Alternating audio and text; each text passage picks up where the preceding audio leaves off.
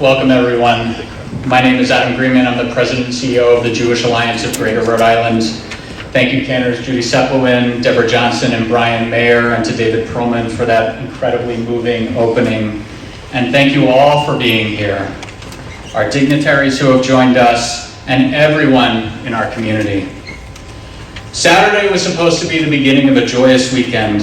It was supposed to be a time for celebration, for the harvest, for rain, and for the beginning of the Torah anew. Instead, it was a day of horror, shock, and sadness. As the images of Hamas's terror attacks in Israel flooded our social media and our news, it was clear that this was not like anything we have seen in the recent past. The brutality, the targeting of innocent civilians, the hostage-taking, the barbarism has left me gutted, as I know it has for so many in our community. And when that happens, we come together, to be together, to find comfort in our traditions, in our songs and prayers for peace, and in the words of Torah. We do so with our friends from the Jewish community and beyond, who care deeply about the state of Israel and its citizens, who mourn the loss of all innocent lives taken over the last few days. And we come to stand in solidarity with our community in Israel, to remind everyone that we are united with Israel and united for peace. And to that end, we begin tonight's prayer vigil with Sim Shalom. We're very honored to have champions of our Jewish community and champions of Israel in so many of our elected officials here in Rhode Island. And I just want to take a minute to thank all of them who are here with us tonight, those who are here with us on stage and those who are here with us in the crowd. There, frankly, are so many of you who are supportive of us. And while we wanted to give everybody the opportunity to speak, we decided that we would ask a few of them to speak to remind our community that we are not alone. One of our core values at the Jewish Alliance is Hineni, which we interpret as standing with others so no one stands alone. It's reassuring in moments like this to have people standing with us in our moment of need. And so tonight, we're going to hear first from Senator Reed, followed by Senator Whitehouse, and then Governor McKee.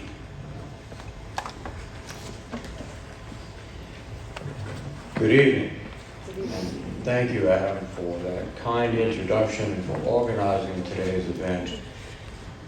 I am proud to be here to stand in solidarity with Israel and with the Rhode Island Jewish community. I think it's appropriate at this time to just take a moment of silence for those who have perished.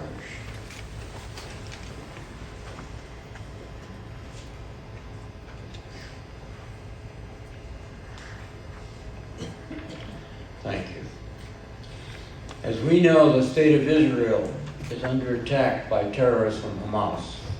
By any standard, this is the most serious threat to Israel in 50 years, since the Yom Kippur War in 1973. America stands firmly with Israel. The only democracy.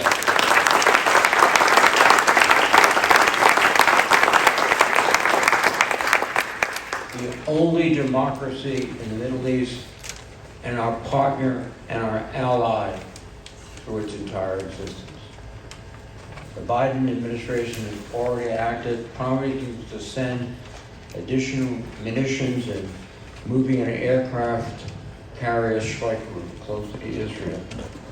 Yesterday I spoke at length with Secretary of Defense Lloyd Austin, and I can assure you that Israel will receive everything it needs to prevail.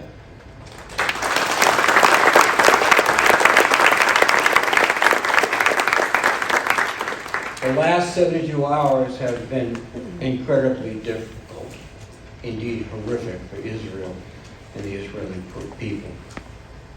Over 700 people have been killed, mothers and fathers, children, elderly alike, some in their homes and in town.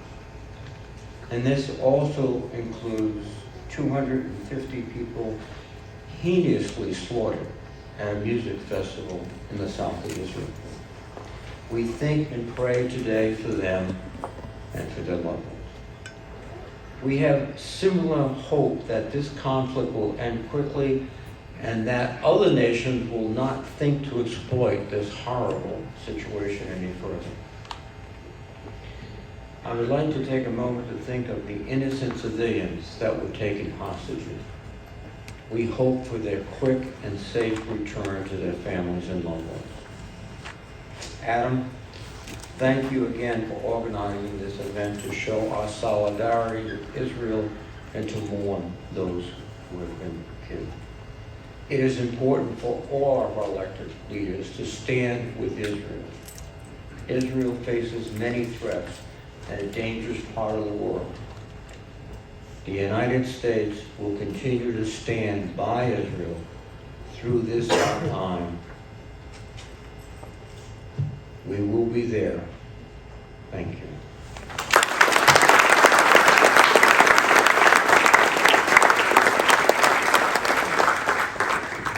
Adam, let me join Jack in thanking you and the Jewish Alliance for bringing us together here in Rhode Island as the State of Israel faces this horrible moment.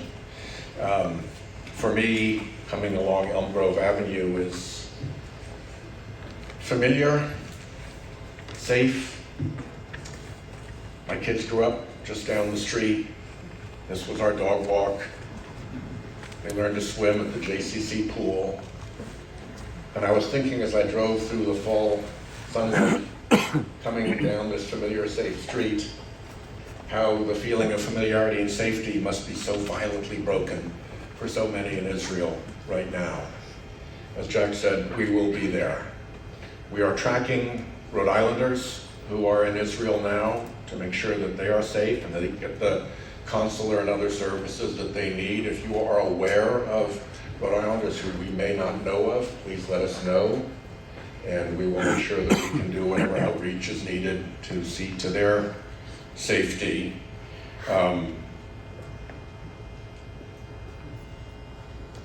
This is a bad time for a chamber of Congress to be inoperative because they can't figure out who the speaker should be.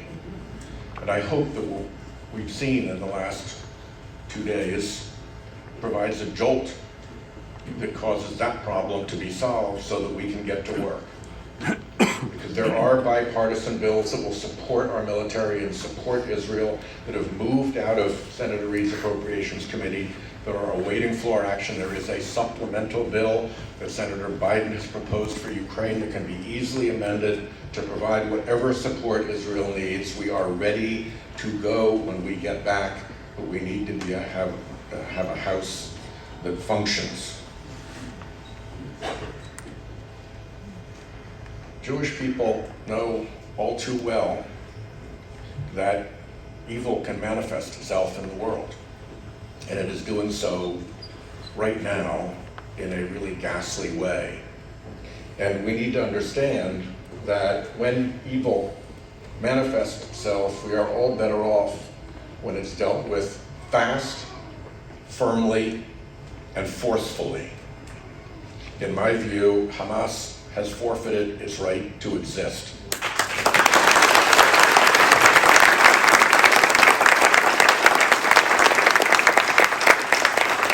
So, along with Senator Reid, we will do everything in the Senate that is possible to make sure that the people of Israel know that we stand with them, that the State of Israel has the support it needs militarily, financially, and whatever other manner that we are called upon to provide support, and that this particular episode can end soon. It is really important. So thank you again for bringing us together at this moment, and thank you for including me. And I know we don't want to do recognitions of everybody, but just a quick recognition to our former colleague from the House, David Cicilline.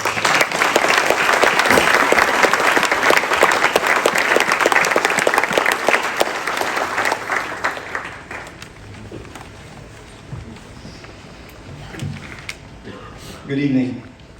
And thank you to the Jewish Alliance of Rhode Island for bringing us together tonight Adam, it was just a few months ago that we met in the state offices with Judge Leach and talked about anti-Semitism right here in Rhode Island, and talking and reconvene right in this room to talk about making sure that there's no place for hate in Rhode Island. But in our wildest nightmare, I don't believe we could ever have dreamed of what has happened over the last 72 hours in this room. I want to say loud and clear tonight, Rhode Island stands with the people of Israel and condemns these terrorist attacks by Hamas. And make no mistake, such atrocities are deserving of condemnation worldwide.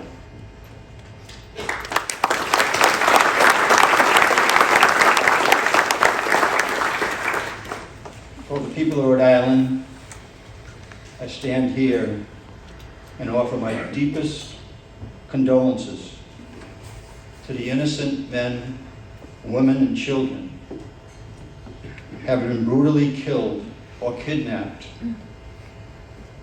by the Hamas terrorist organization. The images we are seeing on the news are truly unconscionable. Like all of you,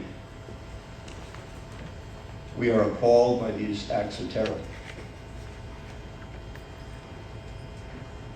I've received many calls, and we know that families who live in Rhode Island have families and friends who have been impacted by these attacks.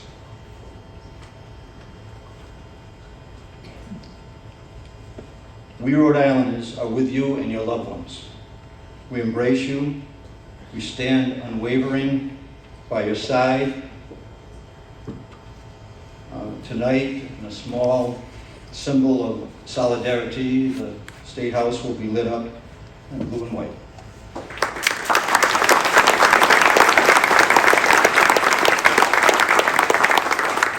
So during this dark hour, we stand with you. We pray with you tonight. We all, but also will echo from our offices here in Rhode Island to the White House, to our senators, our congressmen, swift action, making sure that we keep people safe, and then there is a response, which I say is called for. So we pray with you tonight. Our Jewish neighbors here in Rhode Island will continue to work with the Alliance and the Jewish community to make sure that we're protected. You're protected here in Rhode Island as well. Our prayers are with you. Thank you all for the invitation to be here tonight.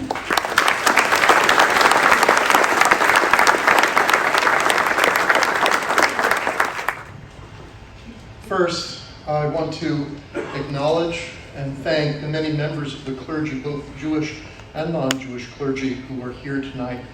We greatly appreciate your being here. Second, I just want to say, on a personal note, my heart has been broken for the last few days, but tonight, seeing all of you here, filling this hall, stretching out into the lobby, my heart is full. Thank you all for being here. Hamas's surprise attack against Israel began in the early hours of Saturday morning.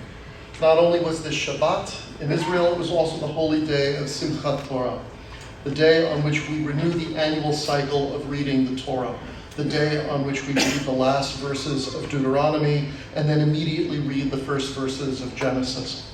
Also, this week for Jews around the world, we are in the week of Parshat Bereshit, the Torah's first weekly portion that brings us back to the story of creation. A close reading of the opening verses of Parshat Bereshit shows that God's act of creation was not exactly a creation ex nihilo, creation out of nothing. The text says that when God began to create, Ha'aretz hayta tohu vavohu.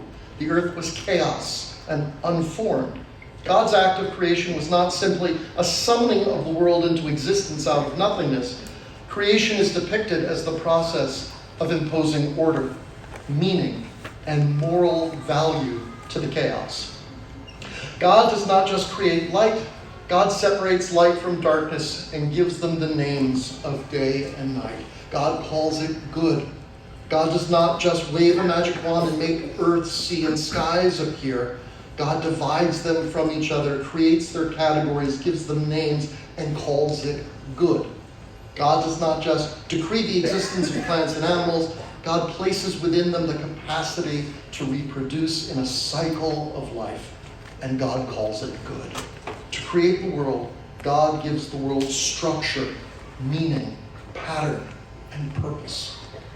This gives deeper meaning to the statement in this week's Torah portion that after creating human beings on the sixth day, God commanded them to have dominion over the world and all living things in it, and also that human beings should till and tend the earth. These verses tell us that God made us to help fulfill the divine intention of a world sustained by a vision of order and striving towards what is good. This is our job. This is what we are here for. The most basic purpose of human beings in this world is to be God's partners in turning chaos into order and meaninglessness into meaning.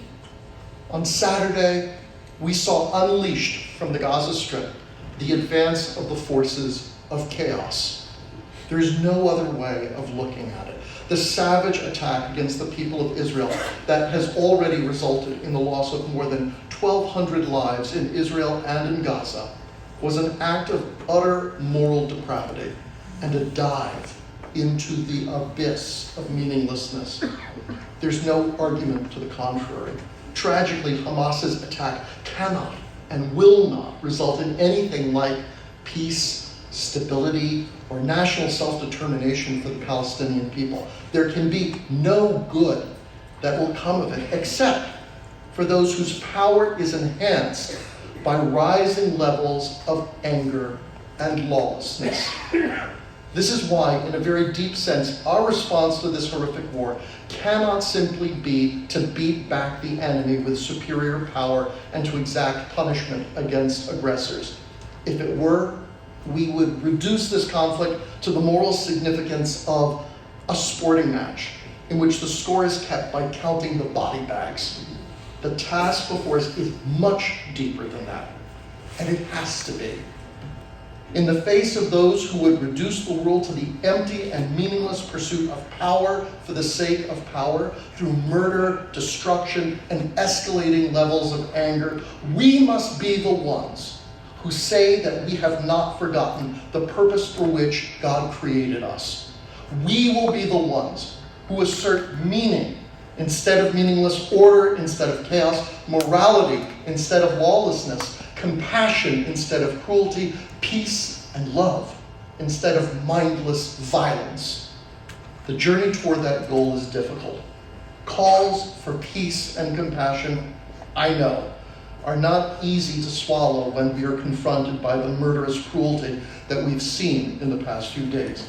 And we are indeed obliged to wish success on the battlefield to those who are fighting to defend Israel. We are obliged to support them in any way we can. Yet we also have an obligation to be mindful of the mission to bring order and meaning even to a situation where chaos reigns. Maybe even especially in a situation that seems to be lost to chaos. How do we do that? By acknowledging our pain and not pushing it away. By being sources of comfort to those in distress. By holding the hands of those who are bereaved. By hearing the cries of those awaiting news about loved ones who have been taken captive. By burying our dead in the act that we call chesed shel emet, true loving kindness. By recognizing the horrific pain of mothers and fathers who are watching their children go off to fight yet another war to protect our beleaguered people. By identifying with the unknowable sorrow of those who must send others off to fight, and also by remembering and sympathizing with the hundreds of thousands of innocent people in Gaza who are also victims of Hamas's cruel despotism in the present situation, even if we imagine them as people who do not know their left hand from their right. We are reminded to care about them. That is our job too. We cannot lose sight of this duty. We cannot forget, in the midst of our anger and our desire to annihilate the enemy, literally to make them into nothing, that we are here in this world for more than the emptiness of power without compassion and anger without principle. We cannot forget that we are God's partners. We cannot forget to cry tears that do not just taste of bitterness, but also of heartfelt sorrow and of hope. We cannot forget to be human. That is why we are here. This is what we were made for. The world was created by turning chaos and emptiness into order and meaning. And ever since that moment, the forces attempting to turn the world back into its primordial state of tohu vavohu have been hard at work. We will not let them win. We will stand for our people. We will stand for humanity and for all that makes us human. Am Yisrael Chai.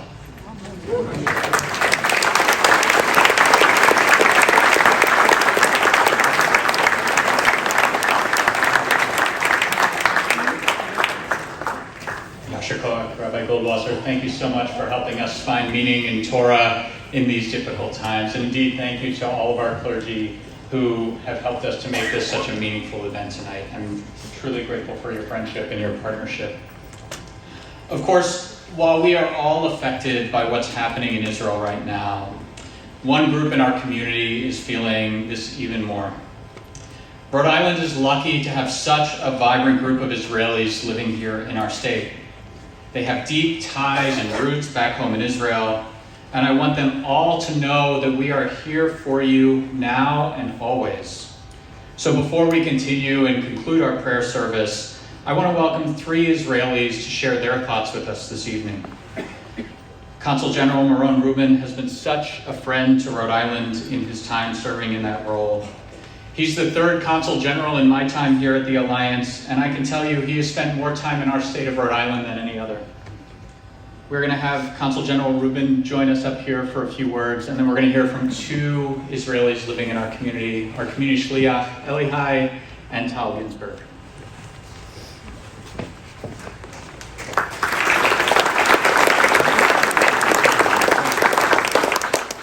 Thank you, Adam.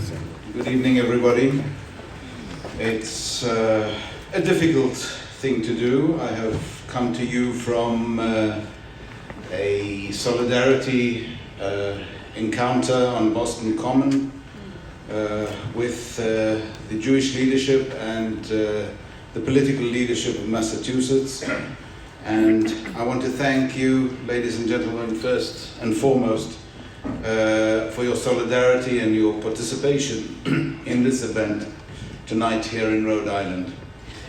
Also to thank, of course, the leadership from the state, both the senators, the congressman, the governor, who I know very well, and the mayors who I see here, and everybody else.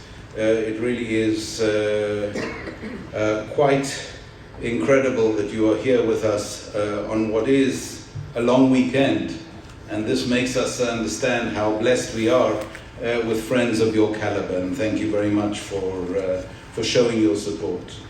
We know that the prayer...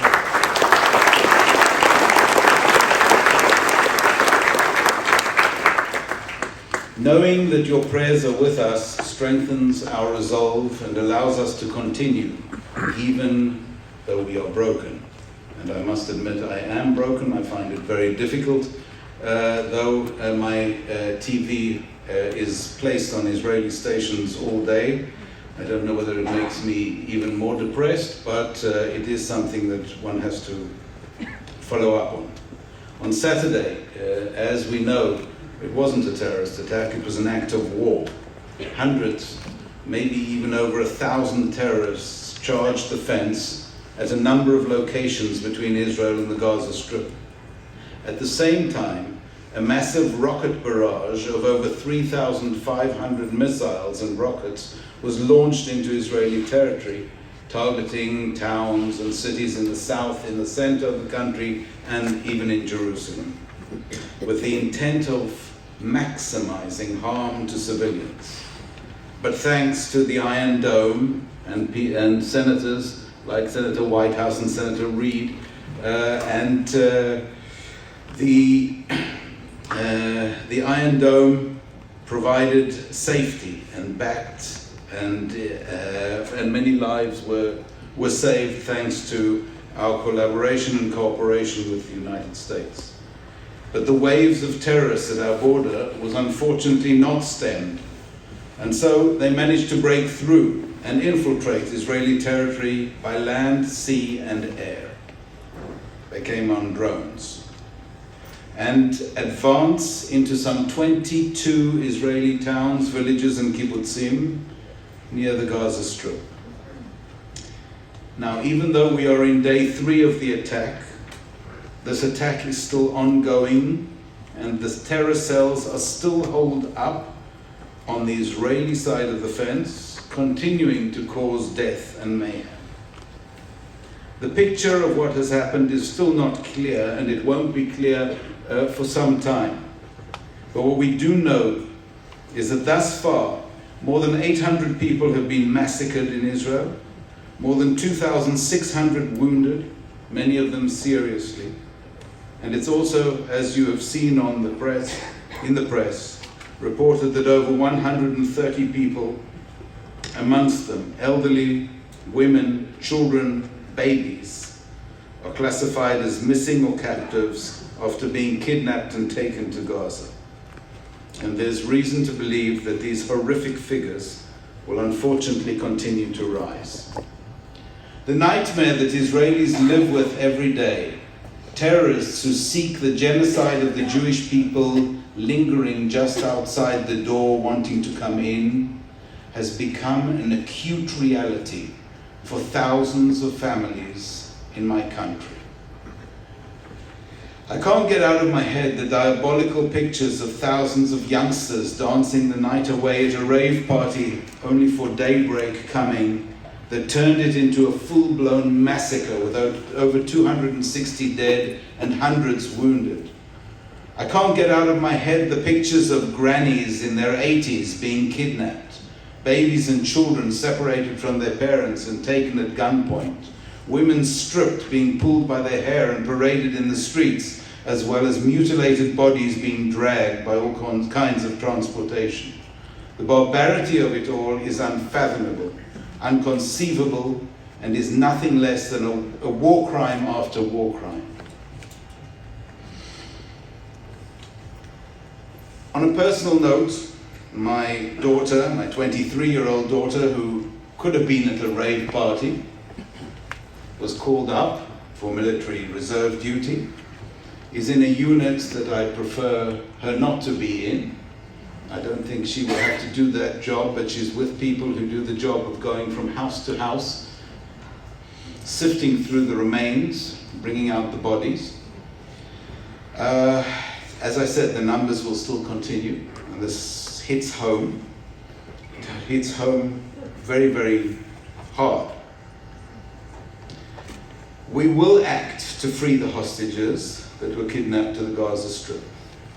And we will do our utmost to damage heavily the terrorist infrastructure to reach a situation so that no terrorist group in Gaza will be able to harm Israeli citizens again.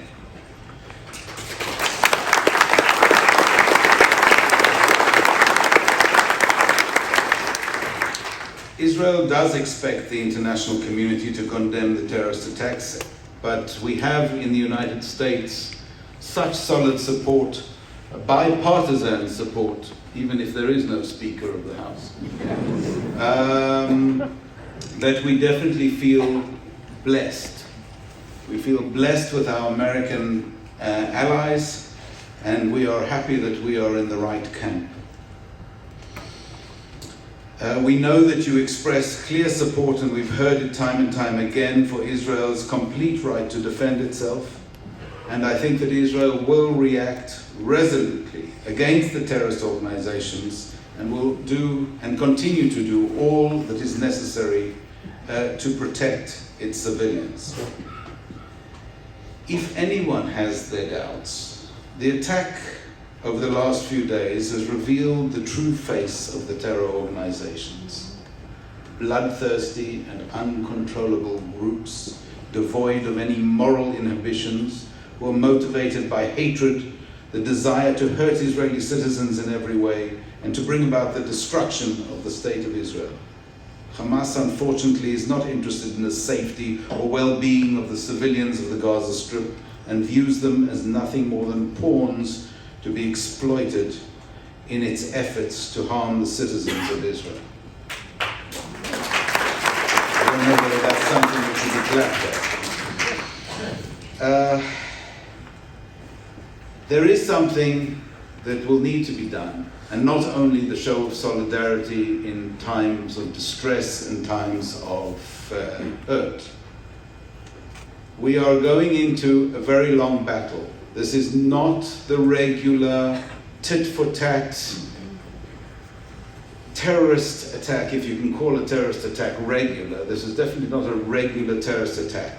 It has been a massacre. It is war, ladies and gentlemen. This war will go on for days, for weeks, and maybe for months. The solidarity that you share with us and show with us here this evening is one of the things that we are going to need to continue. It might not be easy. The horrific pictures from the Israeli side might be, and already beginning to be, transposed as more difficult pictures on the Palestinian side. And even though this will happen, we will continue to need your support, however difficult it is, because this time the head of the serpent must be cut off. And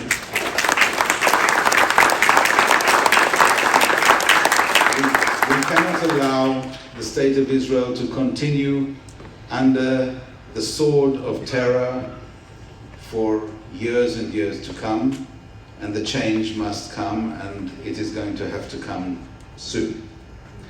Once again, I want to thank all of you here for coming, for showing up, for showing your solidarity, for being with us. We feel it from the bottom of our heart, and we thank you from the bottom of our heart.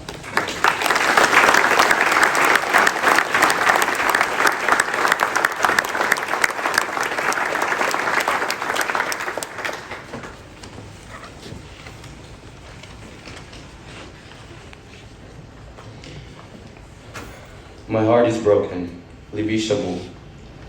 I live in Ashkelon, and some of my family lives in Rhode. I've been experiencing this conflict non-stop since I was 6 years old, in the first rocket siren in Ashkelon. Since then, I never experienced such atrocities that we experience now. When my grandma's house was completely destroyed by a rocket 2 years ago, I was angry and sad. Those days, I don't know what I'm feeling. On Saturday night, we heard that a rocket fell in my brother's family house in Rhode. And thank God they were celebrating Simchat Torah with the rest of the family in Mitzvah Ramon, not knowing they were saved. They realized there was a war only when my brother and some of my cousins were all called to the reserves in the north and the south. Today, I heard that my sister's-in-law cousin is one of the victims who got murdered. And my best friend's sister is still missing from the party. I don't know what I'm feeling. I'm feeling lost and tired. Sometimes I cry. Then I'm happy that my family is still okay. Then I'm angry, furious even. I'm disappointed. I am shocked. I am terrified. I don't know what the next few days will look like in Israel. This is only the beginning. But I do know something. I know that I'm strong. I know that you all are here strong. And I know that my brothers and sisters in Israel are all strong. This evening will make us even stronger, and it means so much to our friends and family in Israel. They see the videos, they see the prayers, they see the support, and it means the world to them and to me. We are fighting back with a lot of tears, but we will win this war.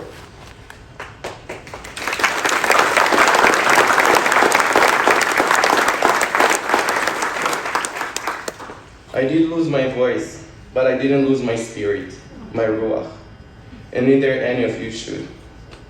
We will win this. Thank you for being here.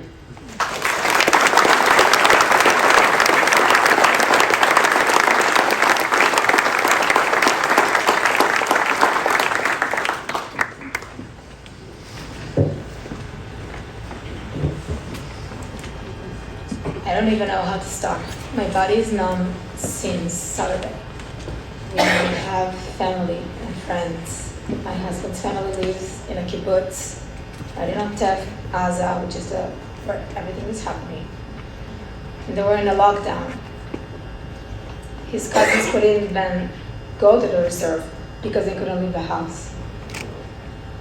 Now they were evacuated, and the boys, the cousins, stayed in the kibbutz to protect the kibbutz. And one of them is in Gaza, protecting our country. They are literally fighting for their homes. My brother is in reserve, and I can't even explain the worry, the stress, the roller coaster of emotions that we feel. We don't sleep, barely eat. And we need to put a mask on our face when we are with our children, because they don't deserve to understand and to know everything that is happening. The only thing I'm asking from you is just like the council said, is when Israel is getting strong, and we are, you need to come to support us. When the horrible pictures from Gaza will start a show, because that's the narrative they want you to see. You need to remember what they did on Saturday. You need to remember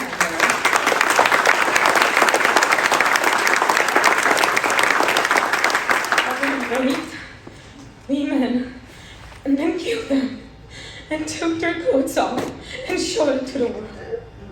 You need to remember the 260 bodies at the music festival, and the people were hiding under trucks and behind bushes to try to save themselves. You need to remember when they went through houses in villages in kibbutzim and he shot families and threw grenades on their safe rooms. That's what you need to remember, and you need to show to the world. So you have social media, that's what you need to do. You need to show it to the rest of the world every day until the end of this war. And we will win. We are strong. But we can't be strong without support. We can't be strong without you showing the world what's happening. Am Yisrael Chai.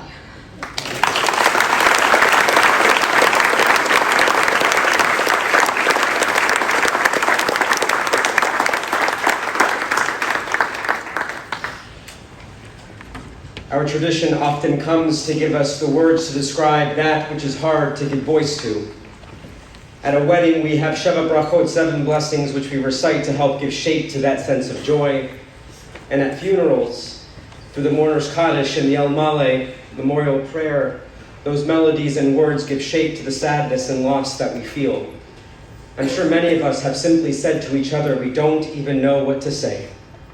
And so we turn to our Sidurim, we turn to our prayer books, we turn to Tanakh, to the Hebrew Bible, to give shape to the raw feelings which all of us feel so deeply.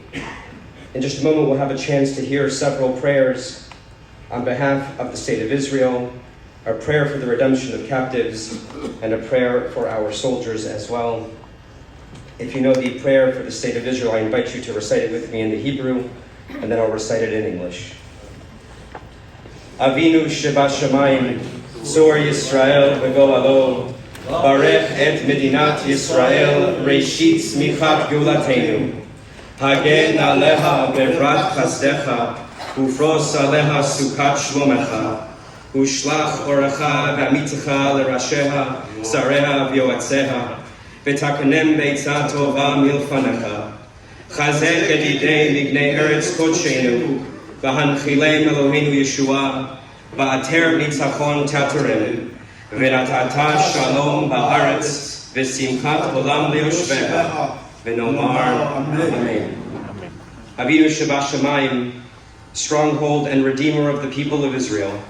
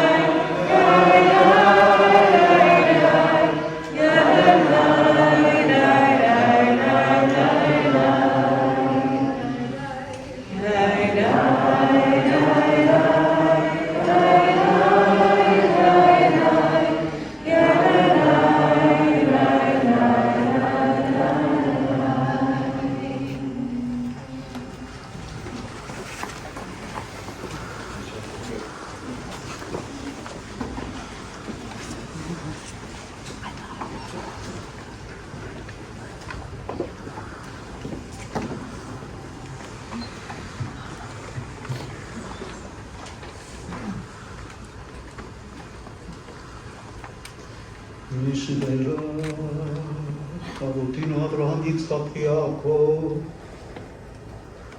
שרה רבקה רחל לאה הוא יברך את חיילי צבא ההגנה לישראל העומדים על משמר ארצנו וירא אלוהינו מגבול הלבנון ועד מדבר מצרים ומן הים הגדול עד גבוה רבה ביבשה באוויר ובים ייתן אדוני את אויבינו הקמים עלינו ניגפים לפניהם. הקדוש ברוך הוא ישמור ויציל את חיילינו מכל צרה וצוקה ומכל נגע ומחלה. ישלח ברכה והצלחה בכל מעשה ידיהם. ידבר שונאינו תחתיהם ויתרם לכם שוועתם ניצחון ויקוים בהם הכתוב כי אדוני אלוהיכם ההולך עמכם להילחם לכם עם אויביכם ולהושיע אתכם ולומר אמן.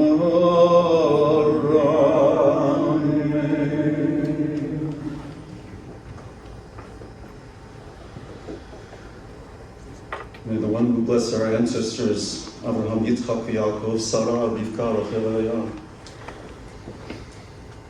bless the soldiers of Tzahal who stand in protection of our land and our cities. From the border of Lebanon to the Egyptian desert, from the sea, the great sea, to the Arava, land and sea. Adonai, give to our enemies to falter and to fail before our soldiers. May the Holy One protect our soldiers from all harm, sorrow, injury that may befall them. And may they be blessed with hatzlacha, with success, with everything that they are charged to do.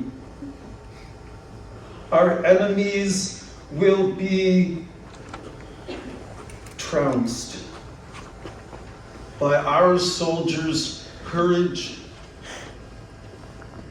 and the crown of divine salvation, as it is written in our Torah. Adonai, your God, goes with you in battle to fight your enemies and to bring salvation to you. And once again, V'nomar.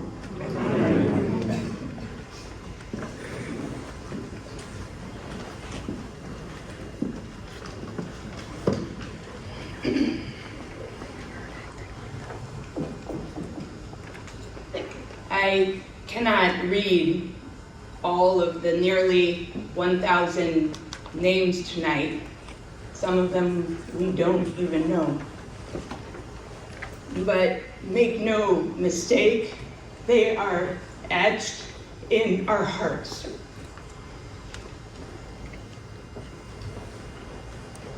Let us remember that for each person murdered, there is a name, and parents, and siblings, and grandparents, and friends. For each innocent killed, an entire world has been lost. It is upon us to hold their names and their memories in our hearts. It is upon us to ensure that their memories are a blessing. There will be many funerals, friends, in the days to come, but in this moment, we raise our voices in the words of the mourner's Kaddish knowing that these ancient words connect us to our Israeli siblings and to Jews across the world. Yit Gadal, Yit Kadash, Shmei Rabbah, Be'alma, Yirach, Yirtei, Yamich, Malkutei, V'chayekon, Yomekon, Chaye, V'chol Beit Yisrael, V'agalah, V'zman Kariv, V'imru, Amen. Yehei Shmei Rabbah, Barak, Be'olam, Lame'el Maya, Yitbarak, Yishtabach, Yitbar, Yitramam, Yitnaseh, V'yitadar, V'yitalel, V'yitalal, Shmei B'kudusha, B'rihu, Le'elam, Yikol, Yirchata, V'shirata, Tushbechata, V'nechamata, Damiran, V'yama, Yimru, Amen. Yehei Shmam Rabbah, Yishmaya, V'chayim Aleinu Ve'al Kol Yisrael, V'yimru, Amen. Oseh Shalom V'romav, U'yaseh Shalom, Aleinu Ve'al Kol Yisrael, V'yimru, Amen. May the Holy One who creates harmony on high comfort us today and comfort our Israeli friends and family and bring peace as we raise our voices, Oseh Shalom. Thank you. Thank you to everyone for your words, for your prayers, and for your songs this evening. Thank you to our elected officials who have joined us, Senator Reid, Senator Whitehouse, Congressman Magaziner, Governor McKee, Consul General Meron Rubin, to Secretary of State Greg Amore, and Treasurer James Diosa, Mayor Brett Smiley. I know I saw Lieutenant Governor Sabina Matos in the crowd, and to all the elected officials who are here with us, thank you. Yesterday we celebrated Simchat Torah, and this week we begin our Torah readings again anew with Bereshit. In the Torah and in our history more broadly, we know that the Jewish people have been tested before. But outside of this building, in our Holocaust Remembrance Garden, there are 3 Hebrew words affixed to the wall. Am Yisrael Chai. The people of Israel live. And while we mourn today, we know that this is one more trial in our long history. The strength of this community, of communities around the world mourning tonight, give me hope. Seeing people stand in solidarity with Israel here tonight and around the world tonight gives me hope. And that word hope is how we're going to conclude this evening. It's fitting that Hatikva, Israel's national anthem, translates to the hope. The hope, what we all know Rhode Island was founded on. The hope of divine providence. So please rise, join us together as we sing Hatikva, and thank you all for joining us tonight, helping us mend our wounds just a little bit. It really means an awful lot to our community.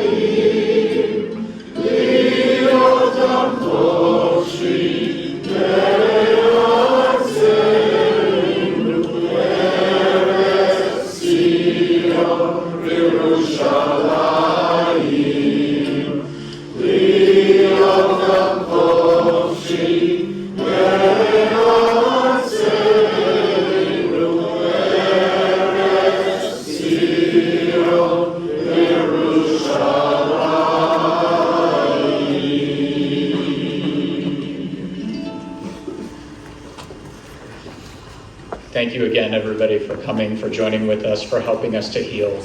I hope tonight did for you what it did for me, which is mend my heart just a little bit more. Thank you all, and have a great night.